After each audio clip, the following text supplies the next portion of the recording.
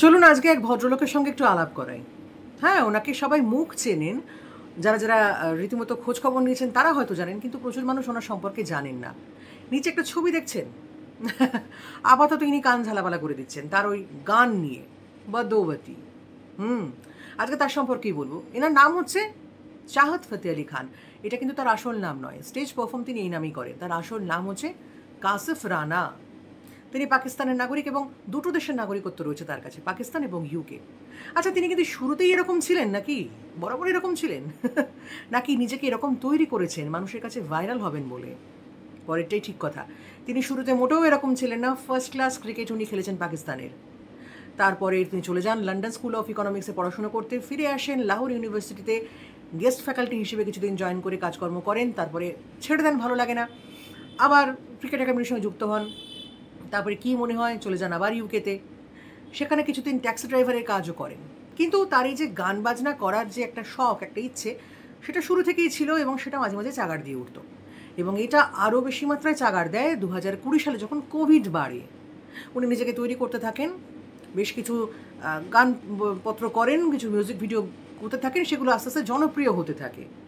তবে খুব একটা বেশি ছড়ায়নি, কিন্তু ছড়ালো গানটা যখন একটা গানের তিনি রিমিক্স করলেন অদ্ভুত ভঙ্গিতে, অদ্ভুতভাবে। সেটা হচ্ছে বদৌবতী গানটা। কিন্তু ওনার অরিজিনাল কম্পোজিশন না, অরিজিনাল কম্পোজিশন একটা আলাদা রয়েছে। উনি সেটা কীরকম বিচিত্রভাবে গেয়েছেন নিজেকে ভাইরাল করবেন বলে। কাজে বুঝতে পেরেছেন যে ওনার এই যে একটা শখ, এই ইচ্ছেটা ছিল, সেই শখটা পূর্ণ হতে হতে গোটা বিশ্ববাসী তাকে ভাইরাল করে দিয়েছে তার এই অদ্ভুত বিচিত্র গান নিয়ে। আপাতত গান ঝালাপালা হয়ে গেছে, যদিও আরও কিছু ঝালাপালা গান আসছে। কিন্তু কেন এই কথাটা আজকে বললাম? ওনার কাজকর্মের জন্য বলছি। হ্যাঁ, সেটা হচ্ছে এই যে গান বাজনা মানুষের কাছে পৌঁছলো, তিনি এতটা ভাইরাল হয়ে গেলেন, তা মানুষ তো নেগেটিভ কমেন্টসও করছে, কারণ নেগেটিভ কমেন্টস করার মতোই গান বাজনা করছেন উনি। উনি কি আর খুব সুরে গাইছেন? এটা অদ্ভুত অঙ্গভঙ্গি করছেন, হাসাহাসি করছে মানুষজন, ঠিকই আছে, কিন্তু এই সব কিছু তাকে ডিমোটিভেট না করে মোটিভেট করে দিল। তার ইচ্ছে হলো, তিনি চান বা তার লক্ষ্য হচ্ছে তিনি গ্র্যামি অ্যাওয়ার্ড পাবেন। এখন সিলেকশন কমিটিতে যারা আছেন তারা কী ধরনের গান বাজনা শোনেন, পছন্দ করেন, বা ওনার ক্ষেত্রে কী প্রযোজ্য হবে সেটা জানি না, কিন্তু ওনার একটা লক্ষ্য বা ইচ্ছে রয়েছে, উনি যে একটা গ্র্যামি অ্যাওয়ার্ড পেয়ে উনি দেখাবেন। এটাও মানা গেল, কিন্তু বিষয়টা হচ্ছে, দেখুন, এই যে উনি এতটা ভাইরাল হয়ে গেলেন, তার ফলে উনি নিজেই মুখে স্বীকার করেছেন যে মানুষ খারাপ বলুক ভালো বলুক, ভিডিও তো দেখছে আমার, না হয় আনন্দ করছে, না হয় হাসি ঠাট্টা করছে, কিন্তু কিছুটা সময় হলেও তাদের আমি আনন্দ দিতে পারছি। না হয় আমি এভাবেই করলাম আনন্দ, তারাও আনন্দ পাক, আমার ভিউজ বাড়ছে, অসুবিধে কী আছে, আমি এইভাবেই চললাম। তাতে যদি কিছু মানুষ আনন্দ পায়, মানুষের জীবন থেকে আনন্দ কমে যাচ্ছে, তারা যদি এনজয় করতে চায় করুক না, অসুবিধে কী আছে। এবার তাকে প্রশ্ন করা হয়েছিল যে তিনি পারফরমেন্স করেন নাকি, লাইভ পারফরমেন্স। বলে হ্যাঁ, আমি বিয়ে বাড়িতে প্রচুর পারফর্ম করি, এবং সেক্ষেত্রে প্যাকেজ আছে 10 জন মিউজিশিয়ান এবং সিকিউরিটি নিয়ে উনি চার্জ করেন 12 লক্ষ টাকা। শুধু তাই না, একটা ছোট প্যাকেজও আছে যেটা হচ্ছে 6 লক্ষ টাকা। এইটা হচ্ছে পুরো ঘটনাটা। তা মরাল অফ দ্য স্টোরিটা কী? মরাল অফ দ্য স্টোরি হচ্ছে, দেখুন, যারা বলেন যে নেগেটিভ কমেন্টস কী করে হ্যান্ডেল করবো, নেগেটিভ কমেন্টস শুনতে খারাপ লাগে, নিশ্চয়ই খারাপ লাগে, নিশ্চয়ই খারাপ লাগে, কিন্তু ঘটনা হচ্ছে নেগেটিভ কমেন্টস হ্যান্ডেল করতেও হয়। না, আপনার পছন্দ না হলে একটা সীমা থাকবে, একটা মাত্রা থাকবে, কিন্তু উত্তর দেওয়ার দরকার নেই। নেগেটিভ হলেও তারা দেখছে, তবে হ্যাঁ, সীমাটা ছাড়িয়ে যাতে না যায় সেটাও মাথায় রাখতে হবে।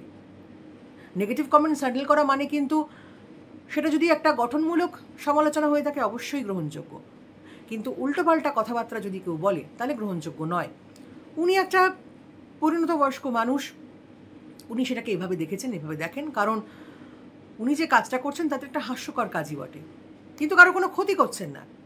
তাতে যে সমাজেরও প্রচুর ক্ষতি হয়ে যাচ্ছে, রসাতলে যাচ্ছে তা না, মানুষজন বিরক্ত হচ্ছে ওনার এই অদ্ভুত অঙ্গভঙ্গি গান শুনে, কিছু লোক হাসাহাসি করছে, ঠিক আছে, কারোর ক্ষতি না করলেই হলো।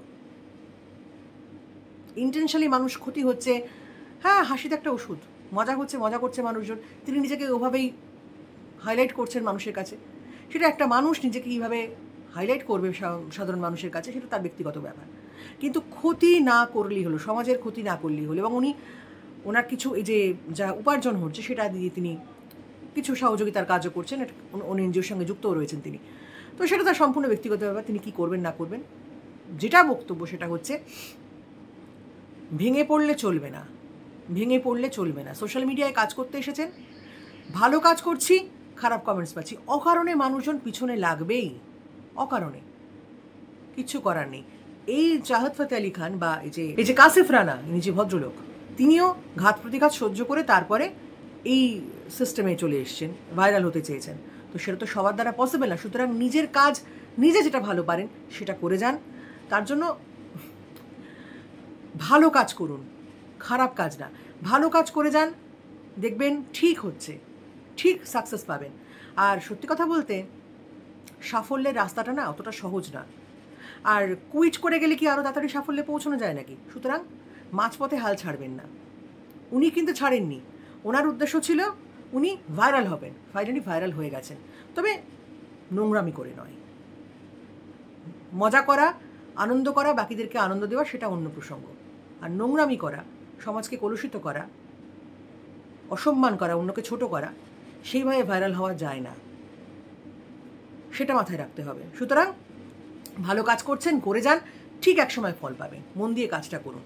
আর যারা খারাপ কমেন্টস করে তারা এমনিই করবে, তাদের নিজেদের কিছু নেই না, আপনি করতে পারছেন, তারা পেছনে লাগবে। ছেড়ে দিন, ভালো থাকুন।